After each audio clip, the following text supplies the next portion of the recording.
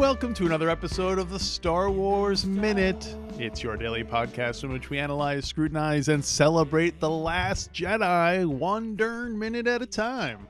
I'm Alex Robinson from alexrobinson.fun. I'm Pete the Retailer from PeteTheRetailer.com. I'm Griffin Newman from the canceled Amazon series The Tick and the canceled HBO series Vinyl. I'm Patrick Cotnoir from the canceled series The Chris Gethard Show and the canceled series The President Show and the George Lucas Talk Show. Not yet canceled. Not yet canceled. And I'm Connor Ratliff from the currently in production Marvelous Mrs. Maisel, the recently renewed Search Party, and the George Lucas Talk Show. Just trying to Bigfoot us. That's why you get to go last. I know who the winner is. Wow. Wow. Well, welcome back to the show, guys. Thanks for returning here for minute number 37. Thank you so much for having us back. I feel so well rested now. I was really tired before the last that episode. Couch is much more comfortable than people think when they sit down, but it's the springs you barely feel. Yeah. Mm-hmm. Minute 37 starts off with Larma Darcy. Is that her name? Larma Darcy? Larma Daisy. Larma Daisy. Oh, let's start over again. It's period. Larma Daisy saying that it is clear who should take the lead, who should take Leia's place at the Rebel briefing, and it ends a minute later with a Rebel briefing breaking up amongst grumbles of the crew. Truly a brief briefing. Yeah. Mm-hmm. And a contentious minute. I mean, because we didn't really talk about it in yesterday's episode, but the previous minute ends with Daisy doing the sort of wind-up of, like, this is a tragic day, here's everyone we've lost, this is what our rebellion is down to, and then sort of teeing up, like, look, I think we all know the chain of command, we know who's coming next, Oscar Isaac is getting all these movie star close-ups, and then this minute starts with an Oscar Isaac leaning forward expectantly and just having the rug pulled out from under him. Yeah, it's like, it's Oscar Loidern. And it's like, what? Like, oh. Yeah. Yeah, so leftover from yesterday's minute, because again, this is one kind of contiguous scene. Controversial thing about one of our favorite alien characters. Nien Nunb's head is way too big. Guys, it's one of my notes. I wanted to talk about it. You see it a little bit in The Force Awakens, but here, when he's sitting next to everybody else, it's just like, whoa. I think but when you look at as people get older, their noses get a little bigger, their ears seem to get a little bit bigger. I think it's just one of those things where it's the perils of aging. I think he's just like, he's gotten older and his head got a little bit bigger. I think it's more that his body got smaller. I think That could be that too, but body is withering away. It's the ravages of time. I think he might have. We should probably test him for Celestin growth hormone. He might be juicing, so we'll see.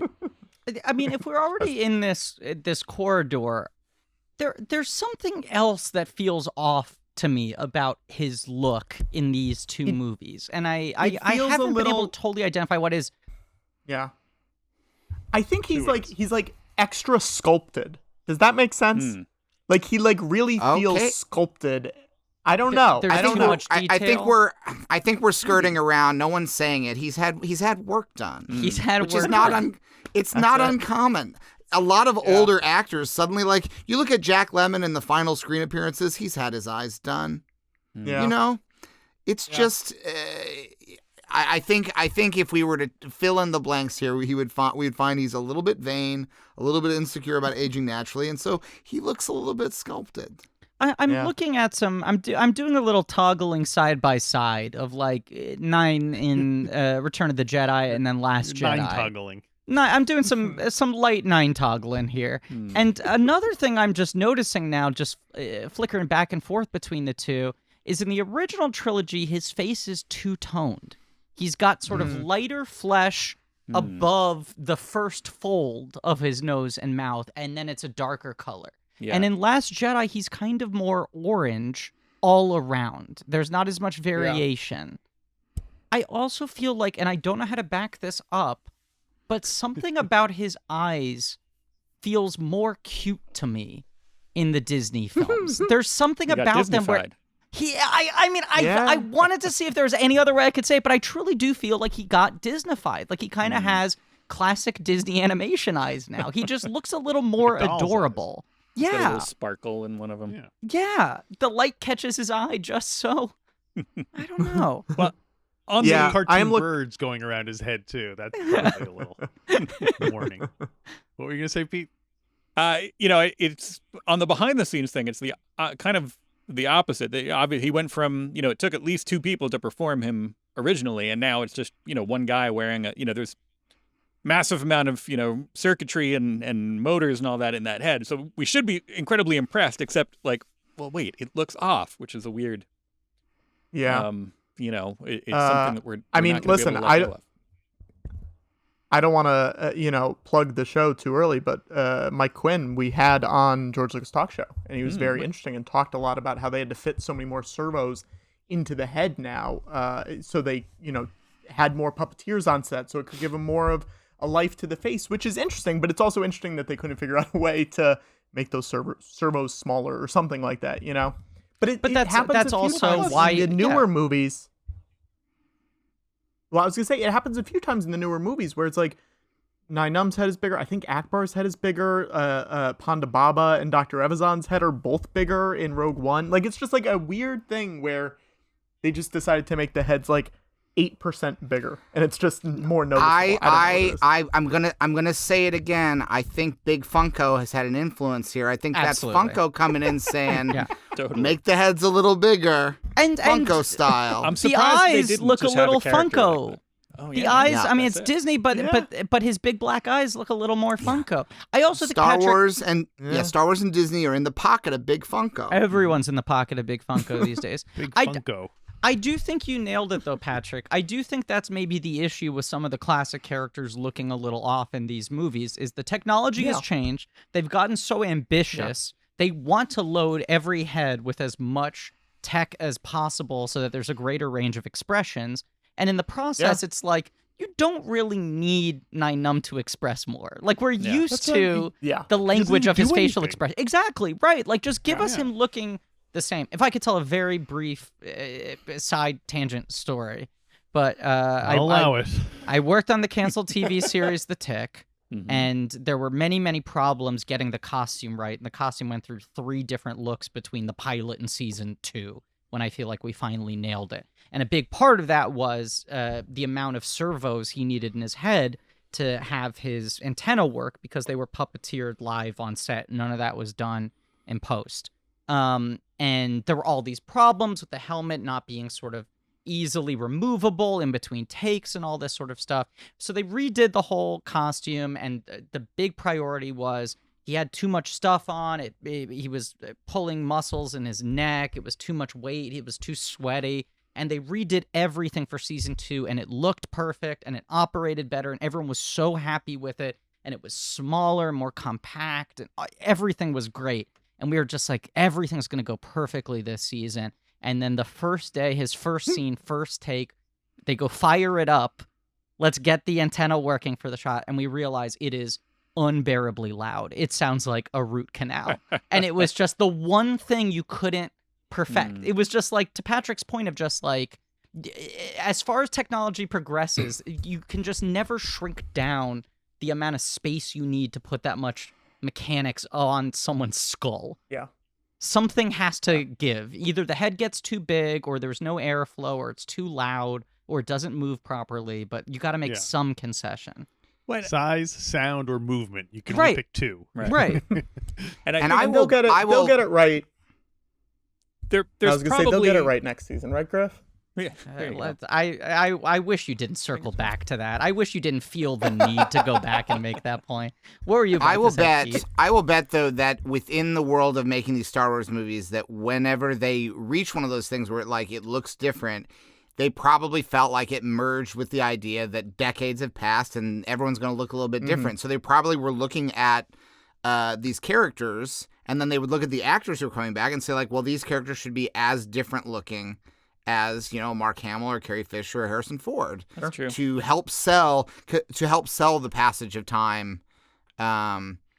It's sort of almost the same as I have a fondness for the puppet Yoda that was in Phantom Menace, long buried in the by the digital Yoda that has replaced him. But that was one of the big thrills when Phantom Menace came out. Is I like that they made him just look a little bit different. He had a little bit kind of almost like Scrooge McDuck hair, like he was sort of like. They just made a couple of little differences. I'm like, yeah, that's the difference between him and like a few decades later.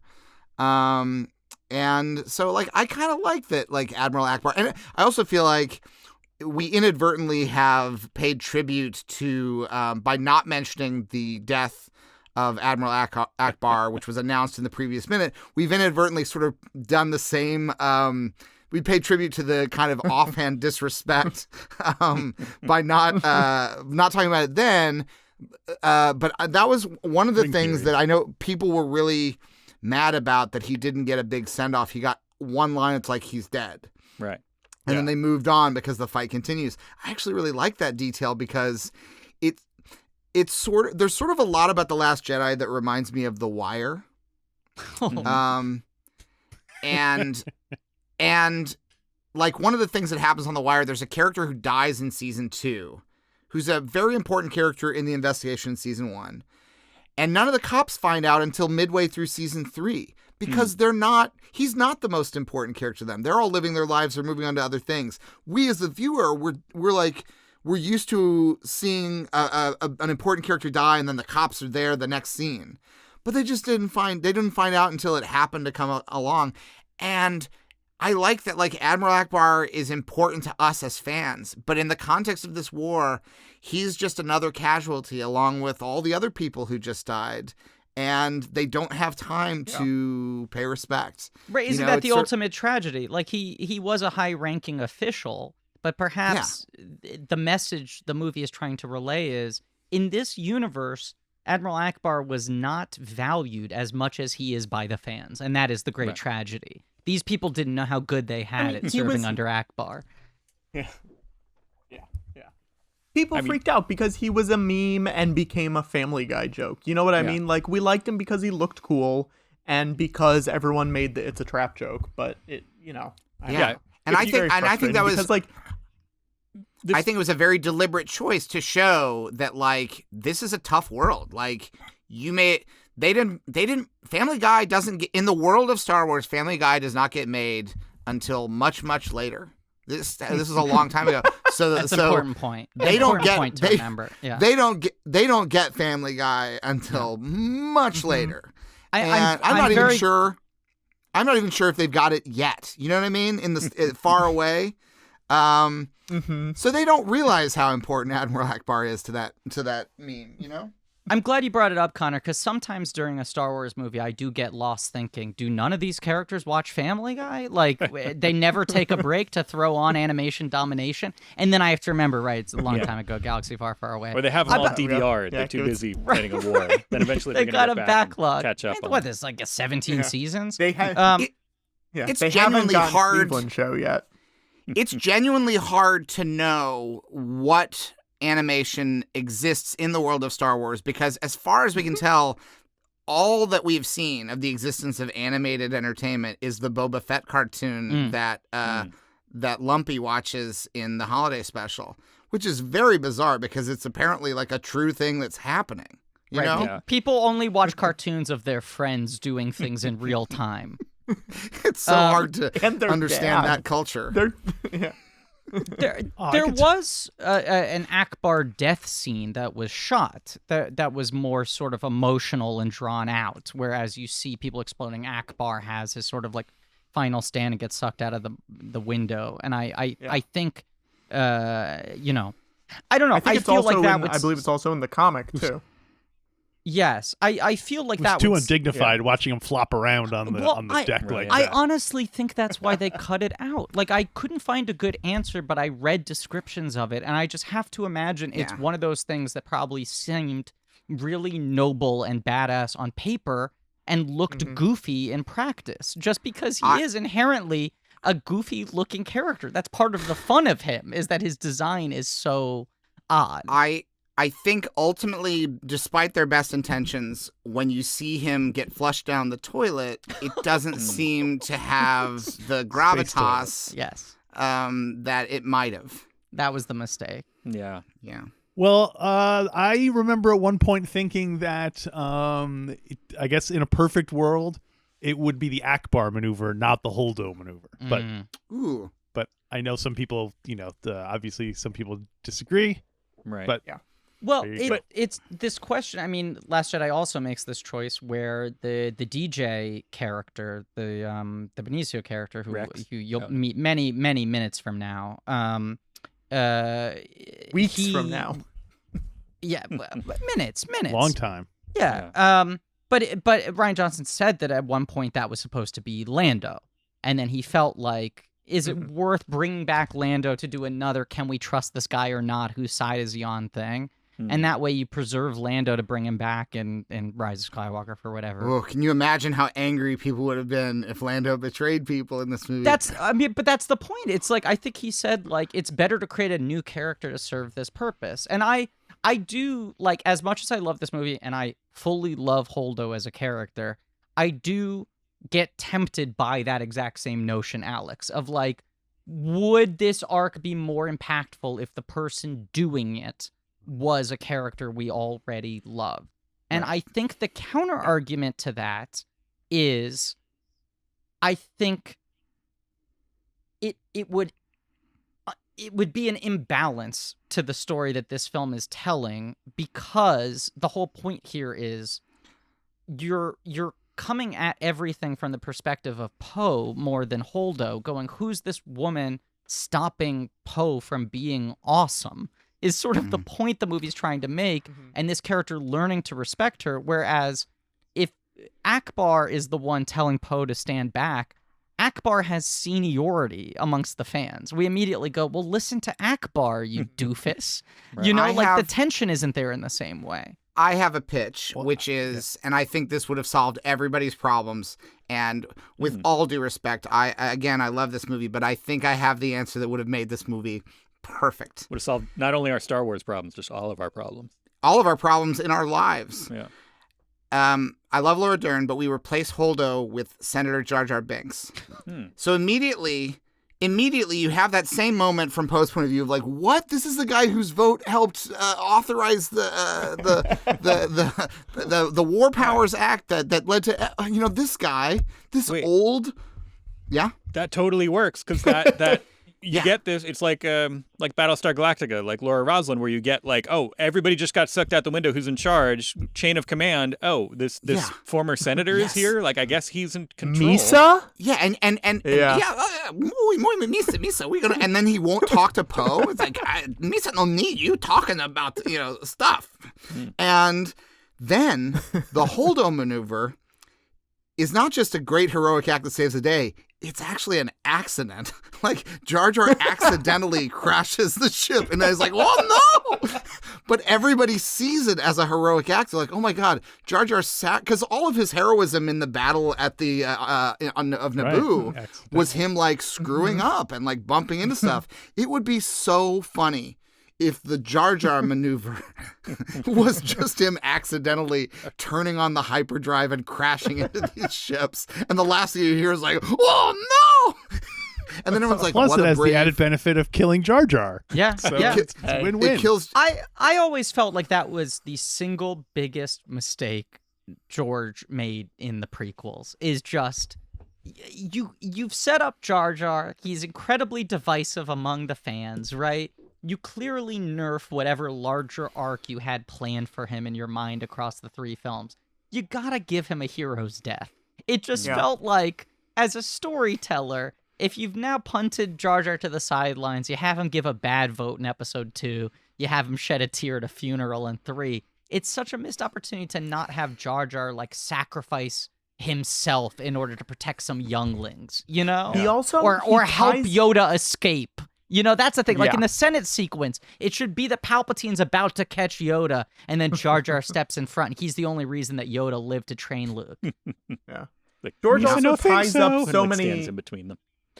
Yeah.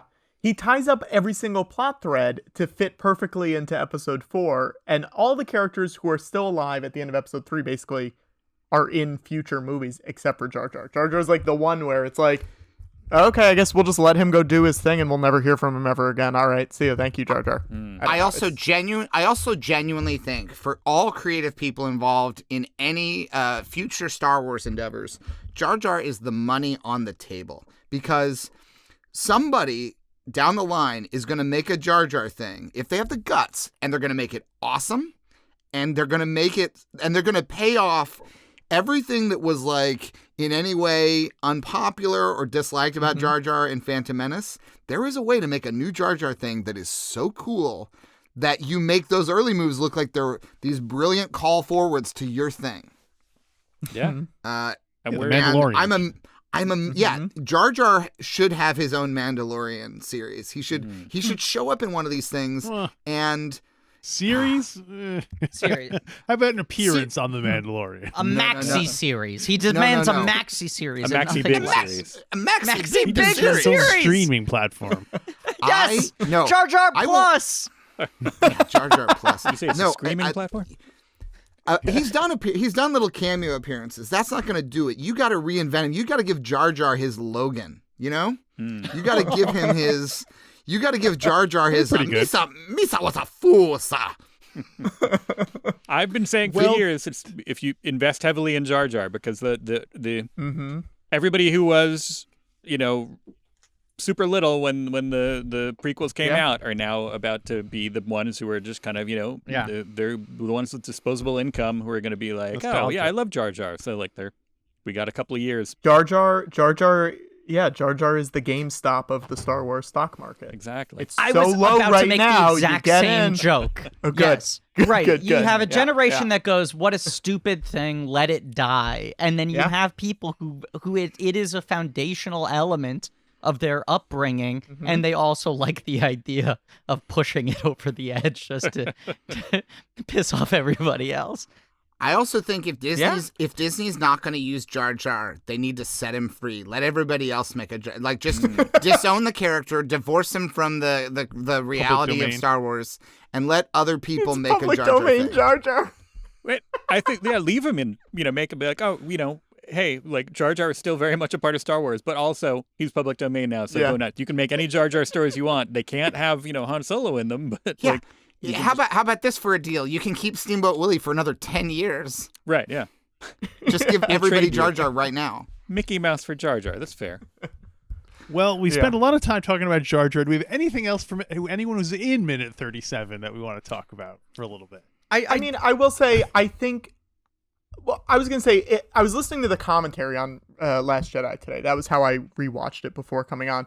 And Ryan was talking about how he liked adding in, different resistance generals and people in charge who were different from the people that we've seen in the past. So they were not, gruff old white guys. They're not General Riekens. They're not, General Dodanas, that kind of thing. They're very different, and they give off a very different vibe. And it's a very nice, comforting vibe that I think is something that's fun to see in Star Wars, because it's not something you had seen before. And it really shows you that, there's room for other types of people in this organization. I don't know. It was something that I noticed watching it this time, where I was like, when she's giving that speech being like, we lost so many people, it's really sad. It's a really rough time for all of us. I was like, this is comforting. This is nice, and I'm glad that it's happening. It is the other thing that, when people complain about Holdo, who I love, it becomes this, like, I don't believe that she commands this authority, right? I feel like there's always this sort of complaint from fans of, how am I supposed to believe that this person's an admiral? She does not demand my respect in the same way as the leaders I've seen in previous Star Wars films. And I do think it is a conscious choice. It's a feature, not a bug.